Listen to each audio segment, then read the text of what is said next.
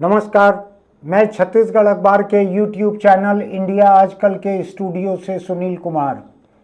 इन दिनों जो खबरों में सबसे अधिक बने हुए हैं, अमेरिका से लौटते हुए हिंदुस्तानी खुद होकर नहीं लौट रहे हैं, उनको मिलिट्री के एयरक्राफ्ट में लाद कर हाथ और पैर हथकड़ी और बेड़ियों से जकड़कर उन लोगों को यहाँ 100 से अधिक की किस्त में भेजा जा रहा है। 104, 112, 116 एक एक बार में इतने लोग पहुँच रहे हैं। प्लेन आकर पंजाब में उतर रहे हैं, अमृतसर में। पंजाब के मुख्यमंत्री ने इसका विरोध किया है, कहा है कि केंद्र सरकार पंजाब को बदनाम करने की कोशिश कर रही है। हालांकि जितने लोग लौटे हैं उनमें करीब 1/3 लोग पंजाब से गए हुए ही थे, जो गैरकानूनी तरीके से अमेरिका में दाखिल हुए थे, गैरकानूनी तरीके से वहाँ ठहरे हुए थे। तो जब 1/3 लोग वहाँ के हैं और वहाँ उतारा जा रहा है प्लेन को, तो पंजाब के मुख्यमंत्री ने एक राजनीतिक हमला केंद्र सरकार पर किया है कि गुजरात के लोग भी बड़ी संख्या में हैं, तो गुजरात क्यों नहीं ले जाते प्लेन को। खैर, बहुत सारी वजह होगी कहाँ पर लेके आना है। विदेशी फौजी विमान आमतौर पर ऐसा आता नहीं है। भारत सरकार ने कहा है कि इसके पहले भी भारत ऐसे भेजे गए हैं अमेरिका से लोग, जो गैर कानूनी वहाँ लोग घुस गए थे हिंदुस्तान से जाकर। उनको पहले भी करीब 1000 लोगों को शायद जो बाइडन के राष्ट्रपति रहते हुए भी भेजा गया था। लेकिन अभी डोनाल्ड ट्रंप ने जो अभियान छेड़ा हुआ है, उसमें शायद सबसे ज़्यादा लोगों को तो हिंदुस्तान ही इस तरह से भेजा जा रहा है।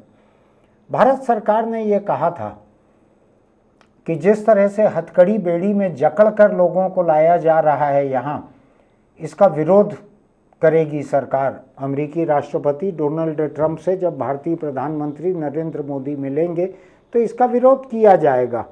मैं नहीं जानता इसका कोई विरोध किया गया है कि नहीं, लेकिन अभी कल जो लेकर आए हैं अमृतसर में लोगों को अमेरिकी फौजी विमान से ला के जो उतारा गया है, वो हथकड़ी बेड़ी में थे। और मुझको ध्यान पड़ रहा है कि उत्तर भारत के एक प्रमुख अखबार जागरण की एक खबर मैं देख रहा था, उसमें था, और जागरण कोई सरकार विरोधी, केंद्र सरकार विरोधी अखबार नहीं माना जाता है, तो मैं उसकी खबर को मान रहा हूँ कि जब उतरे लोग विमान से तो सिख नौजवानों के सिर पर पगड़ी नहीं थी और बहुत बुरी तरह रोते हुए उतरे। शायद हथकड़ी बेड़ी हिंदुस्तान में प्लेन उतरने के बाद खोल दी गई थी, इतनी ही रियायत की गई थी, लेकिन हालत खराब थी। लोग रो रहे थे, औरत बच्चे भी वापस किए जा रहे हैं। कोई भी देश अपने यहाँ आने वाले गैरकानूनी तरीके से आने वाले लोगों को ऐसे ही निकालते हैं। अभी हिंदुस्तान का सुप्रीम कोर्ट हैरानी जाहिर कर रहा है कि केंद्र सरकार और असम सरकार, जिनको बार बार बांग्लादेशी कह रही है, उनको निकाल क्यों नहीं रही है, बांग्लादेश वापस भेज क्यों नहीं रही है। केवल बांग्लादेशी घोषित कर रही है, बयान दे रही है, गिरफ्तार कर रही है, उनको डिटेंशन सेंटर में रख रही है, हिरासत गृह में रख रही है, जो शिविर बनाए गए हैं कैंप में, भेज क्यों नहीं रही है वहाँ पे। तो शायद सरकार की तरफ से कहा गया है कि हमने बांग्लादेश सरकार को नाम दिए हैं, उनकी तरफ से जब पुष्टि होगी तब हम उनको भेजेंगे। तो सुप्रीम कोर्ट भी हैरान है कि भारत में तो अमेरिका के लोग ला के इधर पटक के चले जा रहे हैं यहाँ के लोगों को।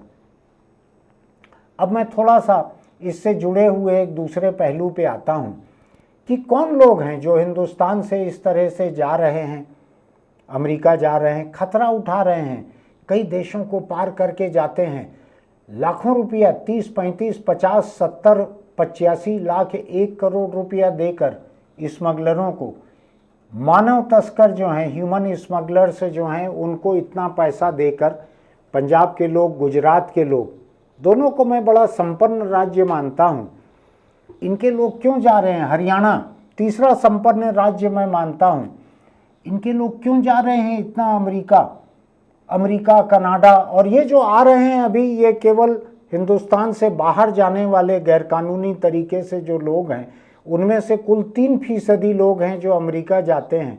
अधिकतर लोग तो कनाडा चले जाते हैं पंजाब के।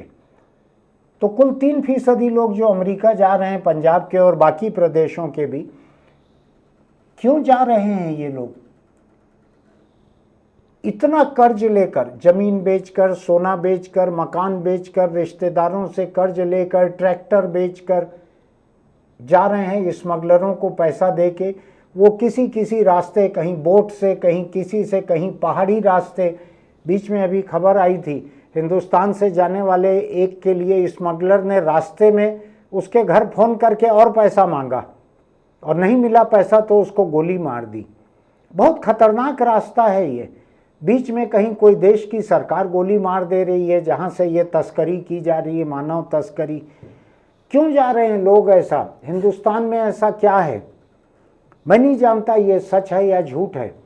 ये लोग अमेरिका में शरण पाने के लिए जब वहाँ पर एप्लीकेशन लगा रहे हैं, गैर कानूनी तरीके से घुसकर या गैर कानूनी तरीके से बने रहकर, कि वीज़ा 6 महीने का मिला था उसके बाद रुक गए वहीं पर, तो वहाँ एप्लीकेशन लगाते हैं राजनीतिक शरण की। उसमें लिखते हैं भारत की राजनीतिक व्यवस्था के चलते, ये अमेरिकी वकील ड्राफ्ट करते हैं, तुमको यहाँ नागरिकता पानी है, यहाँ रुकना है, यहाँ काम की परमिशन चाहिए, तो दस्तखत करो इस वकालतनामे पर, इस पर।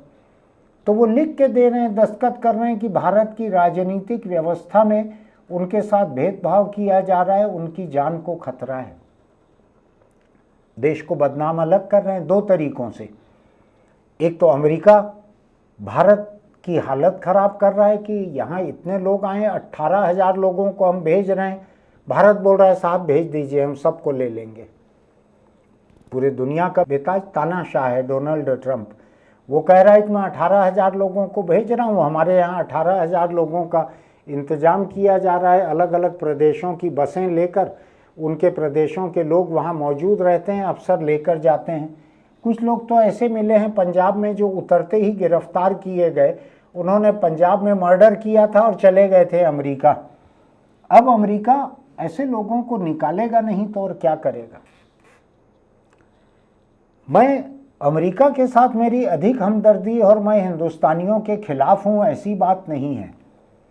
लेकिन मैं एक नाजायज उम्मीद कैसे कर सकता हूँ अमेरिका से कि यहाँ से जो लोग घुसपैठ करते हैं, तस्करी से भीतर घुस जाते हैं, गैरकानूनी तरीके से चले जाते हैं, गैरकानूनी तरीके से बने हुए, उनको मत निकालो, तुम ये ज्यादती कर रहे हो। कैसे कहूँ मैं? अगर मैं कहूँ तो फिर हिंदुस्तान में म्यांमार से जो लोग आए हैं वो तो हिंसा से बच के, जान बचा के किसी तरीके से आए हैं, जान बचाने के लिए शरणार्थी। वो शौक से नहीं आए हैं यहाँ काम करने के लिए। म्यांमार में उनके जान पर हमला हो रहा है। वहाँ के बौद्ध लोग जो हैं इन रोहिंग्या मुसलमानों को मार डाल रहे हैं। बौद्ध लोग, बुद्ध को मानने वाले लोग वहाँ मार डाल रहे हैं मुसलमानों को, इसलिए जान बचा के वो हिंदुस्तान आ रहे हैं। अगर मैं कहूँ कि इन हिंदुस्तानियों को बसे रहने दो अमेरिका में, ट्रंप इनको मत निकालो, तो उसका ये मतलब होगा भारत में भी फिर सभी विदेशी घुसपैठियों को बचे रहना चाहिए, बने रहना चाहिए, चाहे वो पाकिस्तान से आए हों, म्यांमार से आए हों, तिब्बत से आए हों, कहीं से आए हों। तो भारत ने कुछ लोगों को तो शरणार्थी का दर्जा कुछ मामलों में दिया था। तिब्बतियों को शरणार्थी का दर्जा दिया था। 71 की जंग में जब बांग्लादेश का निर्माण किया था इंदिरा गांधी ने, उस वक्त जो शरणार्थी आए थे उनको शरणार्थी का दर्जा दिया था। 1 करोड़ से ज़्यादा लोग शायद उस वक्त आए थे यहाँ पर, उनको शरणार्थी का दर्जा दिया था। बर्मा के लोगों को भी शरणार्थी का दर्जा दिया था जब म्यांमार बर्मा कहलाता था। लेकिन हिंदुस्तान भी लद गया है ऐसे शरणार्थियों से। मैं नहीं जानता कि अभी देश की पूरी नीति जो है वो कितने लोगों को निकालने की है, भारत सरकार की क्या तैयारी चल रही है। लेकिन अमेरिका में ट्रंप की तैयारी बड़ी साफ साफ दिख रही है। जो जिस देश से आया है, या तो कोलंबिया जैसे किसी देश के राष्ट्रपति ने अपने प्लेन भेजे थे, कहा था नहीं आप हमारे लोगों को कैदी की तरह लाकर अपने वायुसेना के विमान से नहीं पटक सकते, हम अपने लोगों को लाने के लिए अपना प्लेन भेजेंगे। तो कोलंबिया जैसे छोटे से देश ने अपने प्लेन भेजे, वहाँ से लोगों को वापस पहुँचे। अभी मुझको अमृतसर से ऐसी कोई खबर नहीं मिली है कि भारत के सत्तारूढ़ नेताओं ने जाकर वहाँ कोई स्वागत किया हो अपने लोगों का। अगर कोई भारत सरकार ने विरोध भी किया है अमेरिका से, हालांकि क्या विरोध काम करेगा? जो दुनिया का सबसे बिखरा हुआ आदमी है, जो दुनिया का सबसे बिखरा तानाशाह है, उसके ऊपर इस तरह का विरोध क्या काम करेगा? तो खैर, अब मैं ये जानना चाहता हूँ कि ये हो क्यों रहा है, ये लोग जा क्यों रहे हैं। तो इसके बारे में एक रिपोर्ट है। ये रिपोर्ट के कुछ हिस्से मैं आपको बतलाता हूँ। पंजाब के एग्रीकल्चर यूनिवर्सिटी ने, वहाँ के कृषि अर्थशास्त्रियों ने एक रिपोर्ट तैयार की है। उन्होंने करीब 22 जिलों में सर्वे किया है, पंजाब के 22 जिलों में सर्वे किया है, जहाँ के अधिक लोग विदेशों में गए हैं, दूसरे देशों में, कानूनी रूप से भी गैर कानूनी रूप से भी। तो उन्होंने पाया कि हर पांचवा व्यक्ति ऐसा है बाहर जाने वाला जिसने घर बार जमीन ट्रैक्टर खेत मकान सब बेच दिया और बाहर अपने बच्चों को भेजा है या बेचकर खुद गए हैं। बच्चे यानी बालिग लोग। आधे से अधिक 56% ऐसे लोग हैं जिन्होंने किसी न किसी तरह का कर्ज लिया है, चाहे बैंक का कर्ज लिया हो, चाहे साहूकारों का, चाहे रिश्तेदारों का कर्ज लिया हो, सोना गिरवी रख दिया हो, जमीन गिरवी रख दी हो, कर्ज लेकर गए हैं। आधे से अधिक, हर दूसरा व्यक्ति कर्ज लेकर गया है। 20% लोग ऐसे गए हैं बाहर जिन्होंने घर जमीन मकान सब बेच डाला है, बेच के गए हैं वहाँ पे। अब मैं देख रहा हूँ बहुत सारे तो ऐसे गांव हैं पंजाब के, 13% ग्रामीण परिवार ऐसे हैं जहाँ से कोई न कोई व्यक्ति विदेश गए हैं, कानूनी तरीके से या गैर कानूनी तरीके से। यही सर्वे मुझको बतलाता है कि पंजाब से बाहर जाने वाले 42% लोग कनाडा जा रहे हैं, करीब आधे लोग। कुल 3% लोग अमेरिका जा रहे हैं। यानी पंजाब से जो बाहर गए हैं उनमें से कुल 3% लोग अमेरिका की तरफ गए हैं। और अभी जिन लोगों को अमेरिका यहाँ लाकर छोड़ रहा है उसमें तकरीबन 1/3 लोग पंजाब के हैं। आंकड़ों को मैं बहुत बारीकी से जोड़ घटा नहीं रहा हूँ, तकरीबन 1/3 लोग पंजाब के हैं। और गए हैं को टोटल 3%, पंजाब से अमेरिका कुल 3% गए हैं। और जो आ रहे हैं उसमें 1/3 लोग, 33% लोग अमेरिका के हैं। अब मैं वजह देख रहा हूँ, ये पंजाब यूनिवर्सिटी का सर्वे है। ये यूनिवर्सिटी कोई पॉलिटिकल बॉडी नहीं है, कोई राजनीतिक दल का सर्वे नहीं है, पंजाब कृषि विश्वविद्यालय का सर्वे है जो बतलाता है कि इस देश में नौजवानों को बेरोजगारी की वजह से देश छोड़ के जा रहे हैं। भ्रष्ट व्यवस्था है, सरकारें भ्रष्ट हैं। पंजाब की मान रहे हैं भ्रष्ट की, केंद्र की मान रहे हैं मैं नहीं जानता, उसकी वजह से बाहर जा रहे हैं। और कमाई इतनी कम है कि उसकी वजह से बाहर जा रहे हैं। ये हाल पंजाब का है, पंजाब का, जिसके बारे में मैं सुनता था कि आप पंजाब में खेत में आते जाते कोई किसी के घर में खेत में रुक जाए तो आपको मक्के की रोटी, सरसों का साग, मक्खन की डली डाल के दे देंगे और ऐसा 1 लीटर 1 लीटर के उसमें ग्लास में लस्सी भी दे देंगे। ऐसा सुनते आया हूँ मैं, मुझको मौका नहीं पड़ा है कि हर एक का ऐसा स्वागत होता है। गुड़ की डली दे देते हैं, साथ में मक्के की मोटी मोटी बड़ी रोटियां, उस पर मक्खन की डली, उस पर गुड़ की डली और अच्छा सरसों का साग और 1 लीटर 1 लीटर की पंजाबी ग्लास में लस्सी। ये आम रिवाज वहाँ का माना जाता था। ऐसे इलाके के लोग बेरोजगारी के कारण, कम मजदूरी के कारण या कम कमाई के कारण और सरकारों को भ्रष्ट मानते हुए बाहर जा रहे हैं, इतनी बड़ी संख्या में जा रहे हैं। पंजाब की आबादी देश का एक बड़ा छोटा हिस्सा है, लेकिन जो लोग बाहर से ला के छोड़े जा रहे हैं 1/3 लोग पंजाब के हैं। उसमें से अभी तक कुछ 325 लोग करीब आए हैं, उसमें 100 से ज़्यादा लोग शायद पंजाब के हैं। इतनी खराब नौबत पंजाब की हुई है, मैं देखकर हैरान हूँ। ये रिपोर्ट पंजाब कृषि विश्वविद्यालय की ये रिपोर्ट कहती है 2016 के बाद से ऐसा जाने में बढ़ोतरी हुई है। इसका एक आंकड़ा और चौंकाने वाला है। मैं बहुत ज़्यादा आंकड़े गिनाना नहीं चाहता हूँ यहाँ पे, लेकिन मैं खुद चौंक रहा हूँ इसको देखकर। पंजाब कृषि विश्वविद्यालय की ये रिपोर्ट कहती है कि 2016 के बाद से प्रवासन में भारी वृद्धि देखी गई है, बाहर जाने में। 1990 से लेकर आज तक जितने लोग गए हैं उसका 3/4 हिस्सा 74% 2016 के बाद से गए। 1990 से अभी तक ये हो रहा है 35 साल।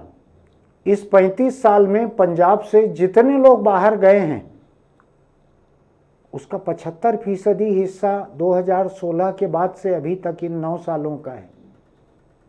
35 साल का 75% हिस्सा इन 9 सालों का है। ये भयानक आंकड़ा है। ये मेरे मन का आंकड़ा नहीं है, ये पंजाब विश्वविद्यालय, पंजाब कृषि विश्वविद्यालय की रिपोर्ट है। क्या कहा जाए। अब दूसरी तरफ एक बड़ा मुद्दा बन रहा है कि इनको हथकड़ी बेड़ी में बांध के वहां से लाया जा रहा है। कैसे लाया जाए आप बतलाएं मुझको। हिंदुस्तान में अगर मेरे ही शहर की मैं बात करूं तो जेल से लेकर अदालत तक जब लेके जाते हैं कैदियों को तो आमतौर पर हथकड़ी बेड़ी लगा लेते हैं, नहीं लगाते हैं तो 2-2 दरवाजे की गाड़ी है, 2-2 दरवाजे अलग अलग लॉक होते हैं, उसके बाद लेकर जाते हैं।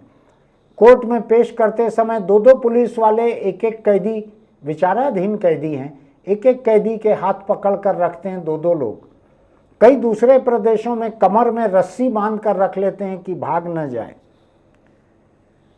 लेकिन अमेरिका क्या करेगा अगर उसको प्लेन में 116, 112, 104 लोगों को एक साथ लेके आना है? क्या करेगा आप कल्पना कीजिए। अगर सबको बिना हथकड़ी बेड़ी रखेगा और वो लोग मान लीजिए झपट्टा ही मार दें वहाँ के सैनिकों के ऊपर, तो क्या अमेरिकी फौजी उनके ऊपर गोली चलाएंगे हिंदुस्तानियों के ऊपर? क्या वो गोली प्लेन को छेदते हुए नहीं निकल जाएगी? क्या प्लेन गिर नहीं जाएगा? ये आम हिफाजत की बात है। मैं हिंदुस्तान में नहीं जानता कि सुप्रीम कोर्ट में हथकड़ी लगाने के खिलाफ इतने कड़े आदेश क्यों दिए हैं, लेकिन मैं आपको बतला सकता हूं कि अमेरिका के फुटपाथ पर भी अगर किसी एक आम व्यक्ति को रोकती है पुलिस, तो सबसे पहले उसको फर्श पे, जमीन पर, फुटपाथ पर उल्टा लिटाते हैं, उसके हाथ पीछे करते हैं, दोनों हाथों में हथकड़ी डालते हैं पीठ के पीछे हाथ करके, और उसके बाद धकेलते हुए ले जाके गाड़ी में बैठाते हैं। हथकड़ी लगाना वहाँ पहला काम रहता है। तो भारत से जो लोग जाकर वहाँ गैरकानूनी तरीके से घुसे हैं उस देश में, उनके साथ क्या सुलूक करे अमेरिका? क्या वो किसी बारात में गए हैं वहाँ पे? क्या सुलूक करे उनके साथ? अगर हथकड़ी बेड़ी में उनको बांध के लाया गया है, देखने में मुझको बहुत बुरा लग रहा है। मैं अमेरिका का बहुत हिमायती नहीं हूँ। मैं अमेरिकी राष्ट्रपति के खिलाफ रोज दिन में 4 बार लिख रहा हूँ अखबार में या सोशल मीडिया पर। लेकिन सवाल ये उठता है कि हमारे खुद के लोगों के गलत काम को अनदेखा करके हम दूसरे की गलतियाँ निकालने लगें, इसका क्या औचित्य है? हम अपने गलत काम देखें कि हमारे देश के लोग जो हैं गैरकानूनी तरीके से 1-1 करोड़ रुपया स्मगलर को देके कई देशों के कानून को तोड़ते हुए इस तरह अमेरिका में घुस रहे हैं। अमेरिका अपने आप में परेशान देश है। वो केवल अवैध घुसपैठियों से परेशान नहीं है, वहाँ जितना नशा घुस रहा है भीतर, नशीली दवाइयाँ जितनी घुस रही है उससे परेशान है। अमेरिका की पीढ़ी जो है, नई पीढ़ी, वो उड़ता पंजाब की तरह से नशे का शिकार हो रही है। परेशान है अमेरिका। तो वो क्या करे? हिंदुस्तान से जाने वाले लोगों की खिदमत करे। उसने क्या किया है? हिंदुस्तान के लोगों को मारा पीटा हो, ऐसा कोई बयान यहाँ दिया नहीं गया है। मुझको तो लगता है कि हिंदुस्तान की पुलिस के हाथ में अगर खुद हिंदुस्तानी लगते हैं तो उसके ऊपर हाथ साफ कर लेते हैं। मैं मेरे शहर, छत्तीसगढ़ की राजधानी मेरे शहर की बात बतलाता हूँ। यहाँ पर नाइजीरिया का एक व्यक्ति किसी साइबर ठगी के मामले में यहाँ जेल में बंद है या नशे के मामले में बंद है। उसने खाने पीने को लेकर शिकायत की। उसको अंदाज नहीं था कि हिंदुस्तानी जेल में खाना इतना खराब मिलता है। अभी हफ्ता 2 हफ्ता पहले उसने खुदकुशी कर ली है। मेरे दफ्तर के पास में है, आधा किलोमीटर पे जेल है। अभी उसने खुदकुशी कर ली, नाइजीरिया के एक नागरिक ने यहाँ की जेल में। तो हर एक की अपनी तकलीफें रहती है। जब आप किसी देश के कैदी रहते हैं तो आपकी खातिरदारी या मेहमान नवाजी नहीं होती है। वो ला के आपको अपने खर्चे पे पहुंचा रहे हैं। मुझको तो ये लग रहा है कि ट्रंप जैसा बददिमाग और बेदिमाग जो आदमी है, कोई हैरानी नहीं है मुझको कि वो भारतीय दूतावास को बिल दे दे कि हमारे एयरफोर्स का प्लेन जो छोड़ने गया था, जितने सैनिक गए थे, ये इतना करोड़ रुपया उसका पेमेंट करो, और नहीं तो अपना खुद का प्लेन भेजो, जो आपको सस्ता पड़े वो करो। अब सवाल ये उठता है कि हम हिंदुस्तानी होने के नाते अपने देश से जो गलत काम करने गए हैं हम उनके साथ में खड़े रहें, या जो एक न्याय की बात है उसके साथ खड़े रहें। न्याय तो ये कहता है कि जिस देश में जो घुसपैठिए हैं, अगर उस देश को लगता है कि उनको बाहर निकालना चाहिए, बाहर निकाले, अगर रहने की इजाज़त देना है तो रहने की इजाज़त दे। अभी तो मैंने सुना है कि ट्रंप तो फिर भी अमेरिका की सबसे दकियानूसी पार्टी का नेता है, राष्ट्रपति है, रिपब्लिकन पार्टी का, लेकिन जिस लेबर पार्टी की सरकार ब्रिटेन में राज कर रही है, भी लेबर पार्टी, जिसको कि बहुत अधिक सामाजिक रूप से नरमी वाली पार्टी माना जाता है, वो वहाँ गैरकानूनी रूप से बसे हुए लोगों को तेज़ी से निकाल रही है। हो सकता है हिंदुस्तानी वहाँ से भी एक हाथ प्लेन आने लगे। हो सकता है भारत सरकार को कोई दूसरा स्टेट छांटना पड़े कि ब्रिटेन से आए हुए लोगों को कहाँ उतारा जाए। तो ये जगह जगह है। अभी तो गनीमत की कनाडा वापस नहीं भेज रहा है लोगों को।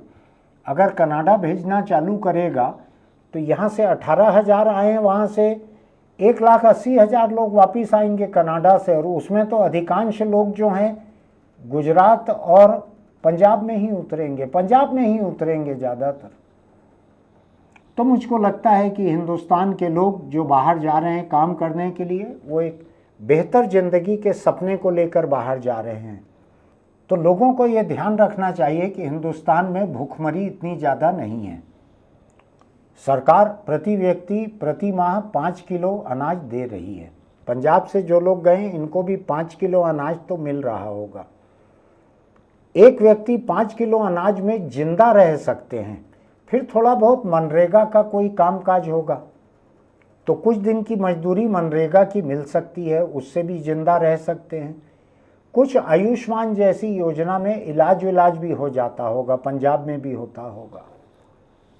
कुल मिलाकर यह है कि कहीं मुफ्त की बिजली, कहीं मजदूरी, कहीं 5 किलो अनाज, तो कहीं कुछ और, लोग जिंदा तो रह सकते हैं। मैंने हिंदुस्तान में भूखमरी से मौत, कुपोषण से मौत बहुत समय से नहीं सुना है। इसके लिए मोदी सरकार को जितनी वाहवाही मिलनी हो, अलग अलग पार्टियों की राज्य सरकारों को जितनी वाहवाही मिलनी हो, जिसको भी मिलनी हो ले जाए। मैं वाहवाही एक टोकरे में बाहर रख दूंगा, सब लोग ले जाएं। कुल मिलाकर यह है कि हिंदुस्तान में, और ये लोग जो पंजाब से जो गए हैं, जो जाके वहाँ एफिडेविट दे रहे हैं, गुजरात से गए हुए लोग, पंजाब से गए हुए लोग अमेरिकी सरकार को हलफनामा दे रहे हैं कि भारत में उनकी जान को खतरा है, जान बचाकर वो आए हैं। गुजरात के लोगों को, पंजाब के लोगों को जान का खतरा है हिंदुस्तान में, ऐसा तो मैंने नहीं सुना। मणिपुर के बारे में मैंने ज़रूर सुना है कि वहाँ जान का खतरा है लोगों को, लेकिन मैंने पंजाब और गुजरात के बारे में नहीं सुना कि यहाँ लोगों को जान का खतरा है। कोई है तो मेरी जानकारी में नहीं है। मैं न प्रदेश सरकारों को तोहमत देना चाहता, न केंद्र की मोदी सरकार को तोहमत देना चाहता कि इतने इतने लोगों को जान का खतरा है इसलिए ये लोग घर बार बेच के दूसरे देश जा रहे हैं। अरे तुम जा रहे हो, वहाँ ज़्यादा कमाई होगी इसलिए, बुरा नहीं है, आपकी हसरतें हैं, आपको जाना चाहिए, लेकिन कानूनी तरीके से जाओ। कौन सा देश है दुनिया का जो गैर कानूनी तरीके से घुसपैठ करने वालों को बारातियों की तरह रखेगा? और हथकड़ी बेड़ी में अगर बांध के उन्होंने भेज दिया है तो वो अपने खुद के जो लोग हैं, आरोपी भी नहीं, संदिग्ध लोग जो हैं उनको भी हथकड़ी लगाते हैं, वो मैंने देखा हुआ है। आरोपी बन जाए तो बेड़ी भी लगा देते हैं खुद अमेरिका के लोगों को। उनका अपना रिवाज है। वो आपके यहाँ भारतीय रिवाज के हिसाब से वो सेहरा बांधकर और शेरवानी पहनाकर और बगल में तलवार या कटार बांधकर थोड़ी यहाँ लेके आएंगे। वो अपने देश के कानून के हिसाब से ला रहे हैं। हिंदुस्तानियों को अपने बारे में सोचना चाहिए कि क्या हिंदुस्तान में सचमुच वो भूखे मर रहे हैं? क्या सचमुच यहाँ सरकार से उनको जान का खतरा है? तुम कर्ज लेकर बाहर जा रहे हो, तुम यहाँ कत्ल करके बाहर जा रहे हो, तुम माँ बाप को, बूढ़ों को छोड़ के बाहर जा रहे हो। ठीक है, आपका हक है सपने देखने का, उसको पूरा करने की कोशिश करने का, लेकिन इतना कर्ज लेके बाहर जा रहे हो, यहाँ की सरकार को बदनाम कर रहे हो, वहाँ की सरकार का कानून तोड़ रहे हो, और वहाँ जाकर फिर हिंदुस्तान की सरकार के खिलाफ हलफनामा दे रहे हो। मेरी हमदर्दी इन धंधों के लिए नहीं है। आज हिंदुस्तान में जो राजनीतिक दल झाड़ झाड़ रो रहे हैं कि हथकड़ी बेड़ी बांध कर लाया जा रहा है, तो आपको मैं दे देता हूँ प्लेन कि 116 लोगों को एक प्लेन में लेके जाओ और उनको मत लगाओ हथकड़ी बेड़ी। वो लोग क्या करेंगे प्लेन में, इसका ठिकाना नहीं है। तो क्या गोलियां चलवाना चाहते हो? हथकड़ी बेड़ी में वो कम से कम जिंदा पहुंच गए हैं यहाँ पे, वरना इतने निराश, इतने कुंठाग्रस्त, इतने तनाव वाले, सब कुछ खो बैठने वाले लोग अगर झपट पड़ेंगे ना प्लेन के भीतर, तो क्या होगा उसका ठिकाना नहीं है। तो आप गनीमत मानिए।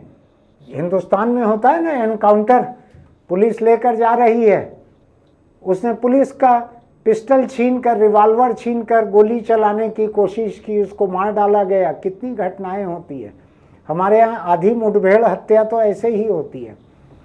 तो ये समझने की ज़रूरत है कि अमेरिकी फ़ौज के हाथों किसी मुठभेड़ में न मारे जाएं लोग, वो हथकड़ी बेड़ी में यहाँ आ जाएं, कोई बहुत बड़ी बात नहीं है। 12-15 घंटे 20 घंटे की फ़्लाइट होगी, आ जाएं उसमें जिंदा अपने घर पहुँचे।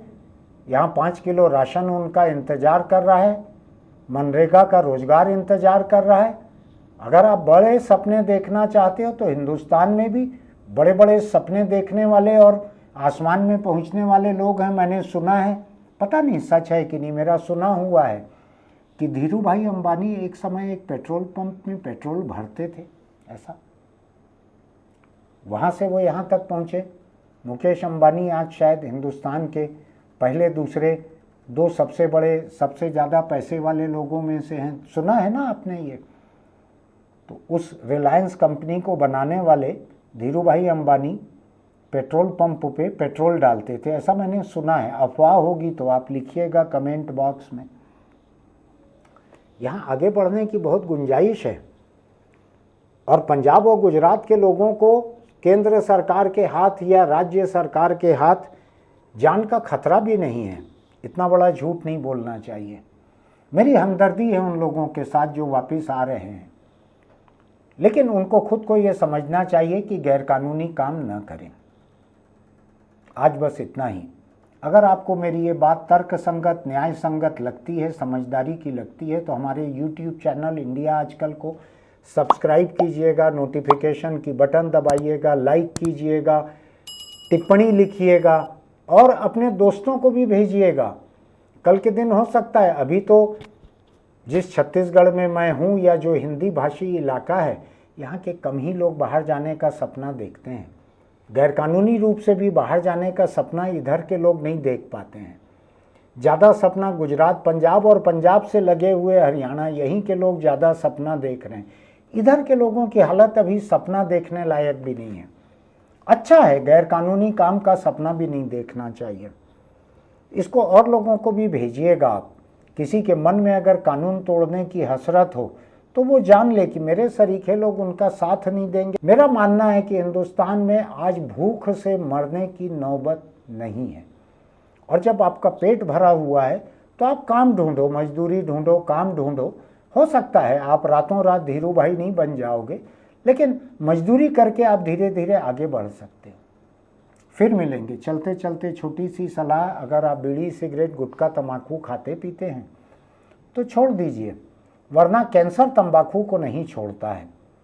जैसे पुलिस का कुत्ता मुजरिम के पीछे सूंघ सूंघ कर पहुंच जाता है, दबोच लेता है, जैसे आजकल साइबर पुलिस जो है वो किसी के मोबाइल फ़ोन का लोकेशन देख देख के उसके पास पहुंच जाती है, ऐसे ही कैंसर के पास आपका लोकेशन है, तंबाकू का लोकेशन है। जिसके मुंह में तंबाकू है, गले और फेफड़े में तंबाकू का धुआं या उसका रस भरा हुआ है, तो वो जानता है कैंसर कहाँ पहुँचना है, वो लोकेशन देखता है और आ जाता है।